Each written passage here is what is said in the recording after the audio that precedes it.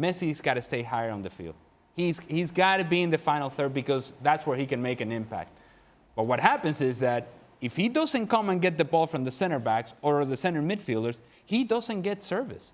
And he becomes yet another passenger in a game in which Argentina right now, they don't know whether they're coming or they're going. They're looking at each other and they're hoping that Messi is going to resolve something.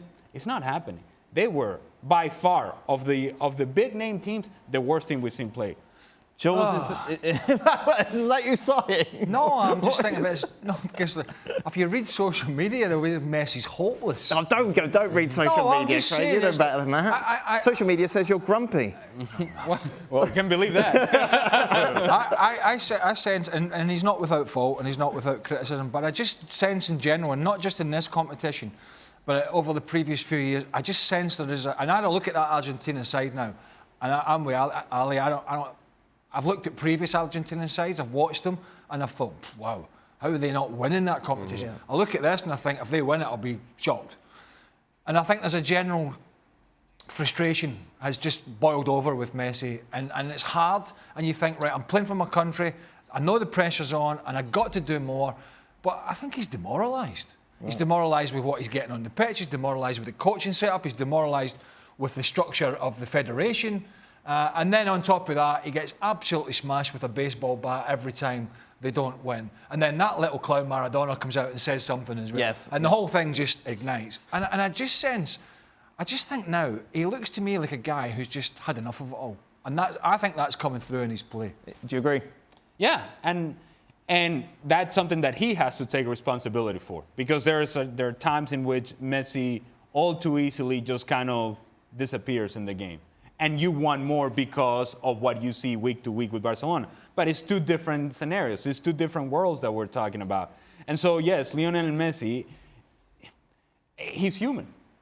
And he is not immune to all the things that are going on around the Argentina national team and all the negative attention that they get and that he gets. And so, therefore, there are times in which subconsciously he may just say, you know what, that's it. Yep. You guys take it forward.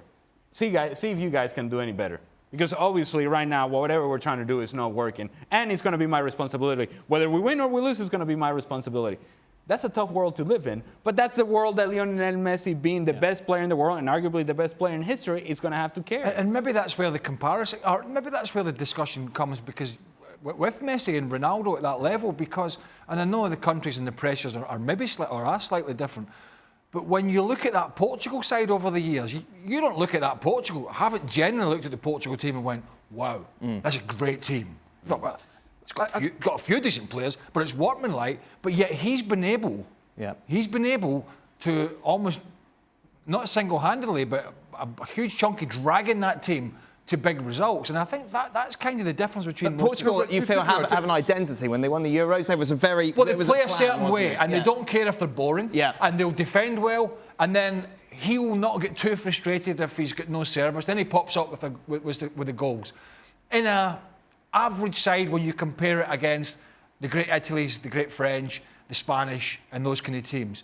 And I think that would be a criticism when you look at Messi playing in an average team and Ronaldo playing in Just one thing, Shaq. Craig Burley just brought up the Ronaldo-Messi comparison, by the way. That was none of our doing. Right.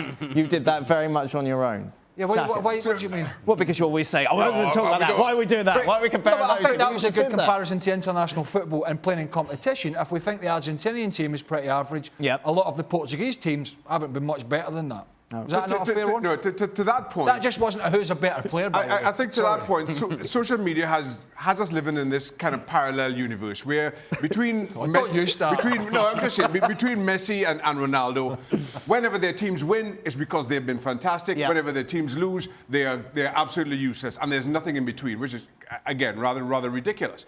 But I'm with Ali here. And for me, after Lionel Messi announced his retirement post the Copa America 2016, I was surprised that he came back out because there was nothing about Argentina, about their setup, about the players coming through that suggested it was going to get any better.